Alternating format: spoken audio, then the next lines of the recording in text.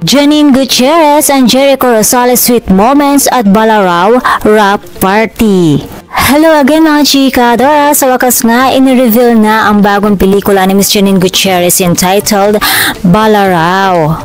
O diba, title pa lang, talaga namang pasabog na at kaabang-abang. May posibilidad kaya na maging genre nito ay thriller, action o mystery? Dahil nga naman title pa lang ay may matalim ng pahiwatig na intense ang magiging kwento.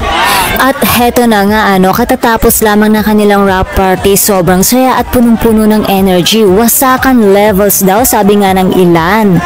And as usual, present na present din ang kanyang very supportive boyfriend na si Jericho. Bagamat busy si Echo sa pagpropromote ng kanyang pelikulang Quezon, ay talaga naman nagkaroon pa siya ng oras para samahan si Janine.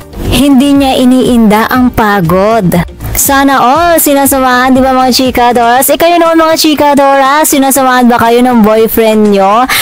Kung hindi kayo sinasamahan, break nyo na, di ba? Ganyan lang kadali yan, charot. Patunay lamang na wala silang kwenta. Charot-charot lang mga chikadoras. Kung matatandaan din ay present din noon si Janine sa rap party ng Quezon. Very supportive talaga magjowa na ito sa isa't isa. Nakakakilig makita na all throughout nandyan si Jericho para kay Janine, ganoon din si Janine kay Echo. Sa mga kuha na video nga at pictures, makikita na good vibes and bonding ng buong cast at production team. Samantala, ramdam na ramdam naman ang pasasalamat ng lahat sa project na ito. Kay mga chikadoras, abangan natin ito kung gaano kaganda at ka-intense ang pelikulang Balaraw na pinaghirapan at pinagpuyatan ng buong team na siguradong sulit ang bawat eksena.